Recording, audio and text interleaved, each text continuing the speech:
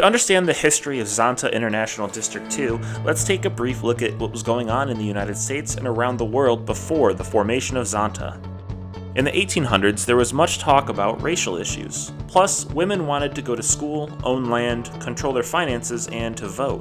In 1848, a women's rights convention was held in the United States in a small town called Seneca Falls, New York. The event is considered the meeting that launched the women's rights movement. The National Women's Hall of Fame now stands there. The Declaration of Sentiments was the Seneca Falls Convention's manifesto that described women's grievances and demands. Written primarily by Elizabeth Cady Stanton, a Central New York wife and mother of 7, the Declaration called on women to fight for their constitutionally guaranteed right to equality as U.S. citizens. The Declaration was signed by 68 females and 32 males, including abolitionist Frederick Douglass. Anti-suffrage activists were not just men. Indeed, many upper-class women joined the movement, arguing that politics was a dirty business that would sully the moral and spiritual authority of women.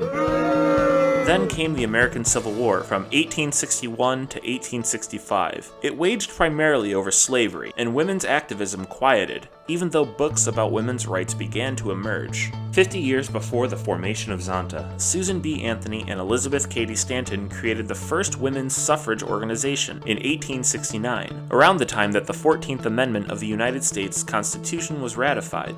The 14th Amendment explicitly protected the voting rights of only the male inhabitants of the United States. Nearly 10 years later, in 1878, Republican Senator Aaron A. Sargent of California formally introduced a constitutional amendment to guarantee women the right to vote. Little did he know it would take over 42 years for this amendment to be ratified.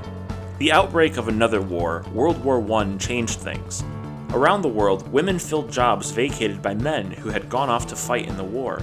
The war effort meant new jobs being created too, like munitions factories. There was resistance to hiring women for what was seen as men's work, but conscription in 1916 created an urgent need for women workers. This led to women working in areas formerly reserved for men, like railway guards and ticket collectors, bus and tram conductors, postal workers, firefighters and police officers, bank tellers and bank clerks. The women received lower wages for doing the same work, and thus began early demands for equal pay, as well as the right to vote. The war effort helped portray the women's suffrage movement as patriotic, and in his 1918 State of the Union address, President Woodrow Wilson declared his support for female enfranchisement. Meanwhile in Canada, suffrage was granted to women in the early 1900s.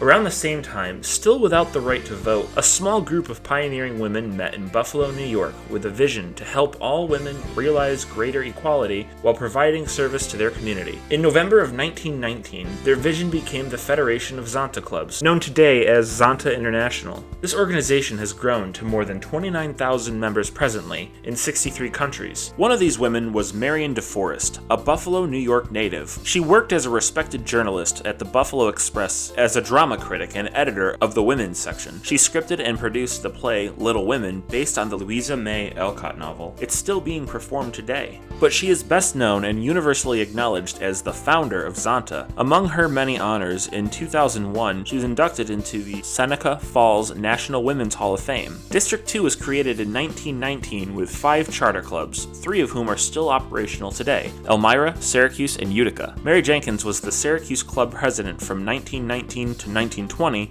and went on to serve as international president.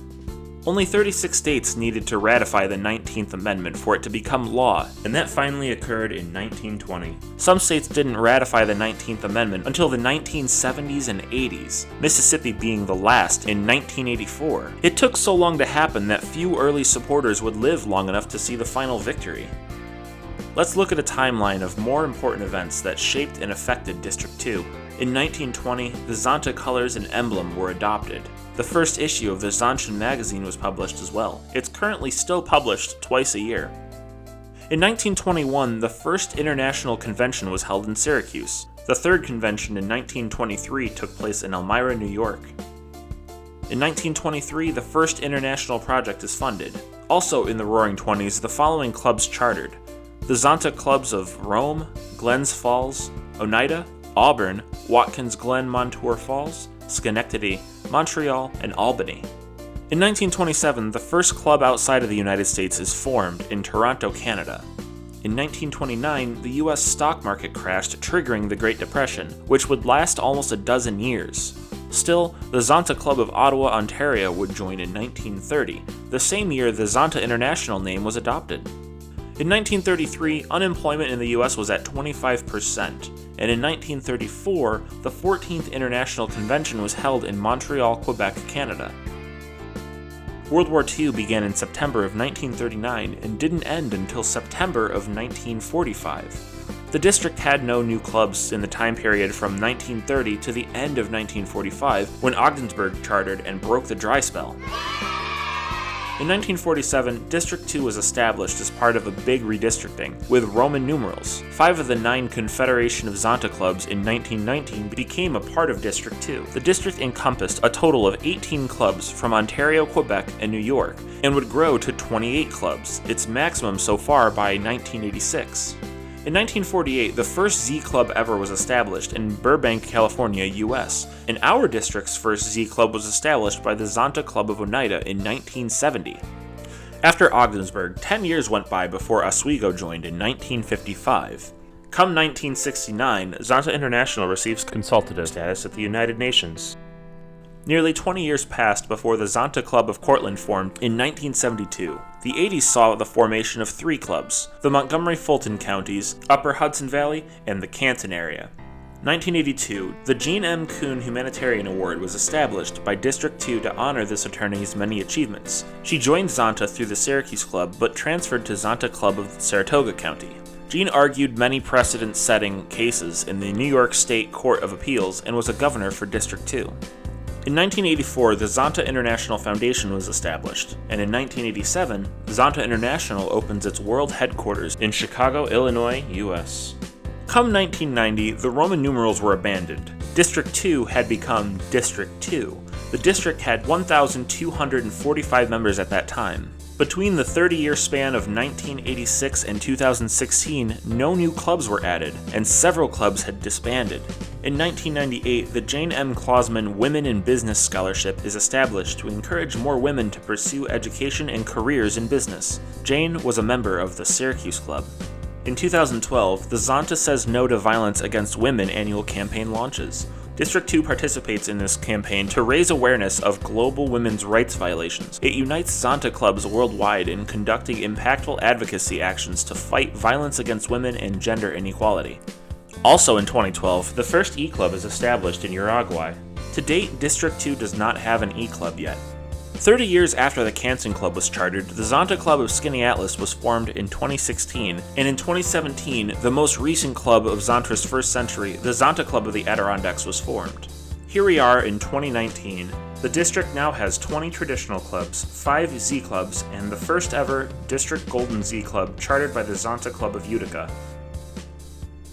District 2 has had 50 outstanding governors over the past century and many international presidents, including Mary Jenkins, a charter member of the Zonta Club of Syracuse, Esther Parker from the Ithaca Zonta Club, Harriet A. Ackroyd, a charter member from the Zonta Club of Utica, Catherine Sears from the Glens Falls Club, J. Winifred Hughes from the Zonta Club of Syracuse, Evelyn E. DeWitt from the Binghamton Club, as well as several international committee chairmen and members.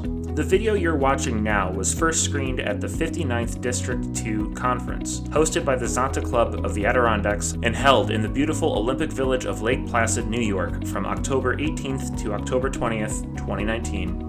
District 2 Governor Irene Orton of the Zonta Club of Glens Falls, New York presided. In preparation for this Centennial Celebration Conference, a wood and brass ceremonial torch was created bearing the Centennial and District logos as well as the names of each District Club. In the 20 months prior to the conference, the torch was passed from club to club in reverse charting order, staying with each club for 1 month, culminating in delivery to the conference by the Zonta Club of Elmira. Photos of the Centennial Torch celebrations are hashtagged on the web with the hashtag Zonta100YearsD2. Let's take a look at a few of them.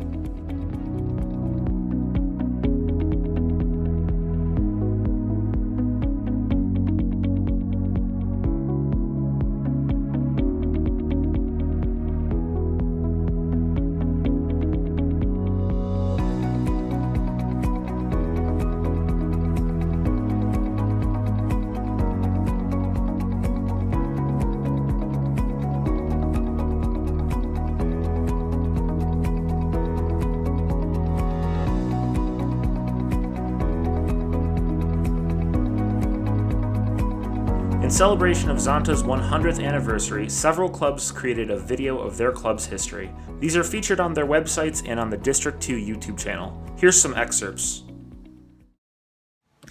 A new project started this year with the next step was the fall apple pie baking. The residents of the next step had an opportunity to go pick apples, and some Zontans then came to the next step and helped to teach them how to make an apple pie and to prepare those apple pies. Currently, the club sponsors educational awards for high school students going on to college. We provide goods for our local homeless shelter and provide goods for our local domestic violence shelter.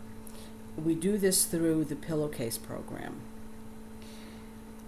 Our Soup Sunday fundraiser also supports the above programs. We work hard to increase our presence in the community. We coordinate with the Amsterdam Recreation Department in order to participate in community events such as Spring Fling and Oktoberfest, where we distribute information on our local club and Zonta International. We also provided educational material on cyber safety to the 6th grade classes in the Greater Amsterdam School District. We sponsored a Zonta Day at the Mohawks game. Our club president threw out the first ball, and we provided, again, information on our club and on Zonta International. I joined Zonta because I love the idea of empowering women, and I love the idea of guiding women to be the best they can be and doing their best and meeting their goals in life. I'm still here after 35 years.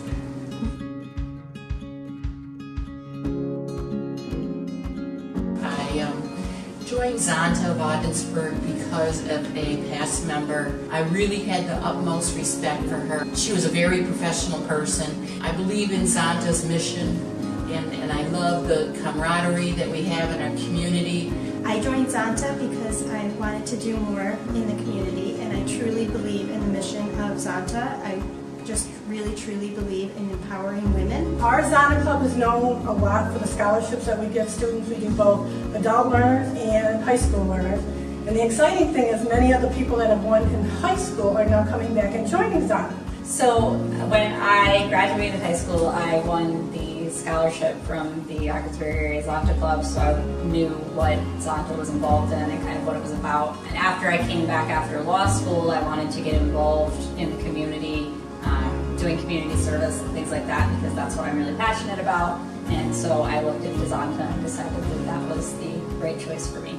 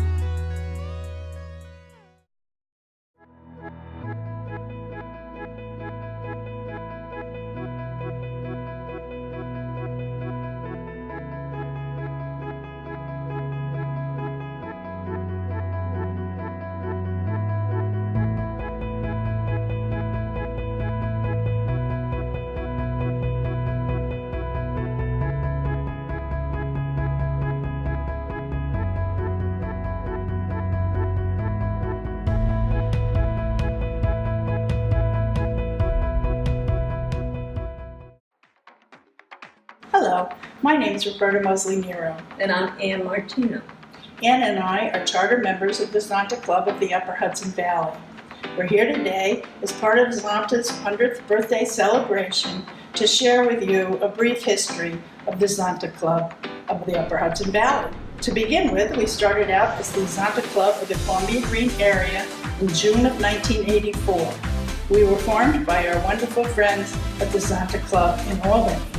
This is our program from our charter presentation back in June of 1984. We began right here in Buffalo in 1919. Now there are 29,000 members in 63 countries working together to improve lives of women. Celebrating 100 years. Happy birthday!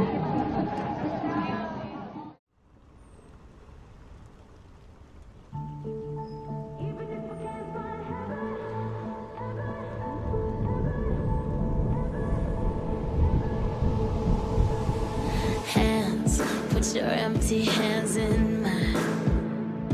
And scars, show me all the scars you hide. And hey, if your wings are broken, please take mine so yours can open too. 'Cause I'm gonna stand by you. Oh, tears make a lot of scopes in your eyes. It hurt, I know you're hurting, but so am I. And love, if your wings are broken, borrow mine so yours can open too. 'Cause I'm gonna stand by you, even if we break it down.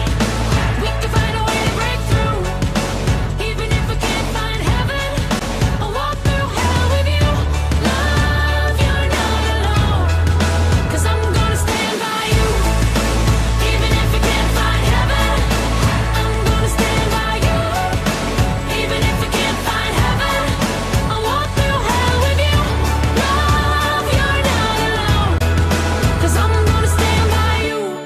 Yeah, you're all I never knew I needed. And the hurt, sometimes it's unclear why it's beating. And love, if your wings are broken, we can break through those emotions too. 'Cause I'm gonna stand by you. And oh, truth, I guess truth is what you believe in.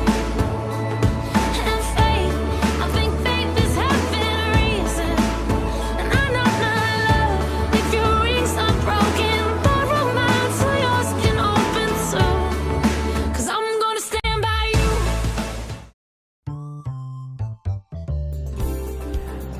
Good afternoon. I'm Janice Machowski, and I'm one of the new members with the Rome Zonta Club. I'm here with our president, Camille Dillard, and our vice president, Josephine Perkins, to have a brief discussion about the history, current activities, and the vision of the Rome Zonta Club. Dr. Dillard, if you'd like to share with us a little bit about the Rome Zonta history. Yes. The Zonta Club of Rome, New York was started on May 12, 1922. We were sponsored by the Utica Club, Zonta Utica Club, and we were able to have a number of members, noted members in our community from different called classifications within the area. It was really a wide range of people from the theater, from the medical field, from the insurance industry, etc. So these were young professionals then? Young and seasoned professionals. Oh, okay.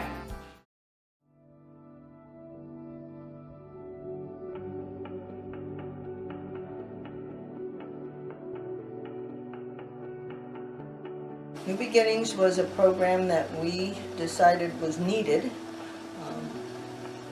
to help women leaving the battered women's shelter to go out on their own for the first time with nothing. They had nothing to start out with.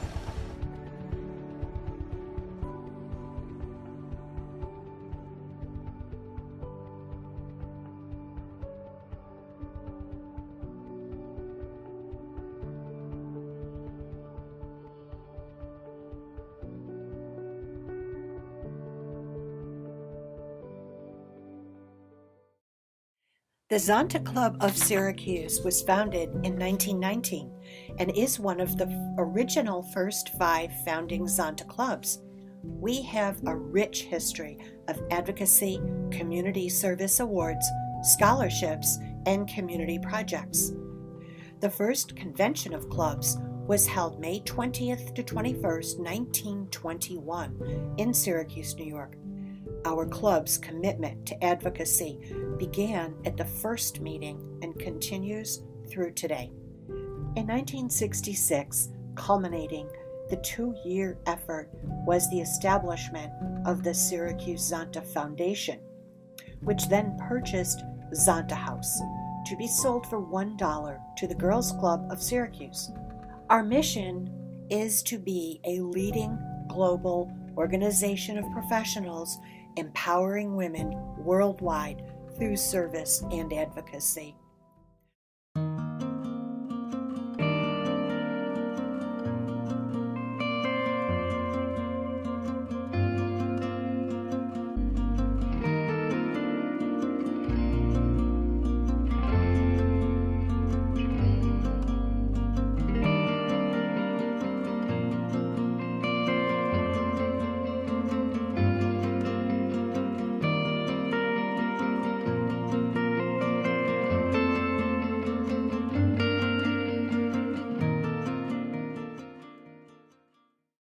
Glens Falls is in Area 1 of the 2nd District. Those 25 original members organized well because in the 95 years since that time, the Zonta Club of Glens Falls grew to be well respected in Zonta and is still recognized in local, district, and international Zonta communities. As testimony to these early Glen Falls Club members' leadership, in 1928, Catherine Sears, who had been club president and District 2 governor, was elected to the position of international president, the highest position in Zonta. Since that time, 3 additional Glens Falls members have been elected to the position of district governor: A. Jane McEwen, Kathleen LaBelle, and present governor Irene Orton. The club has hosted several district conferences, seminars, and workshops. Because the club is active, it's not surprising that throughout the years, Glens Falls won many awards for attendance at these events. The Glens Falls Club have been fortunate to host 3 successful annual fundraisers. The Country Fair in June held its 59th event, the Women's Golf Tournament in June held its 19th event, and the Zonta Craft Fair will host its 10th event at the 47th Adirondack Balloon Festival. Greetings from the Zonta Club of Glens Falls. I'm Frances Bowen, president, and I would like to introduce 3 marvelous ladies who have been Zonchings for more than 40 years. Joan Grishcott, who was director of Warren County Health Services. Cindy Hess, who was vice president of Hess Ventures. And Barbara Purdy, who was an assistant vice president of Glens Falls National Bank. All retired, but still working for Zonta and community. In the 1950s, the club held a dinner event for 50 Schuyler County High School senior girls called Career Night. The after-dinner speaker was then the 2nd vice president of Zonta International, and her talk was entitled Opportunities Unlimited. While the club started with only 17 members, they grew to 60 members by the time they celebrated 50 years of membership at the M&M Hotel in Montour Falls in May of 1974. Today, under the leadership of President Nancy Cole, the club remains just as spirited, and the members of the Zonta Club of Watkins Glen, Montour Falls continue to volunteer their time in a variety of ways locally to serve their community and support the advancement of women and girls. They raise funds for local donations and educational awards, and contribute to the Zonta International Foundation programs that are selected in collaboration with the United Nations to improve the safety, healthcare, and education of women and girls around the world. The success of the club is driven by an impressive commitment, an unbridled enthusiasm, and an uncompromising standard of excellence by its members. They are proud to have helped pave the way for the men and women who will carry the torch into the next century and encourage those with a like mindset to join them. And with that, let's wish Zonta a happy birthday.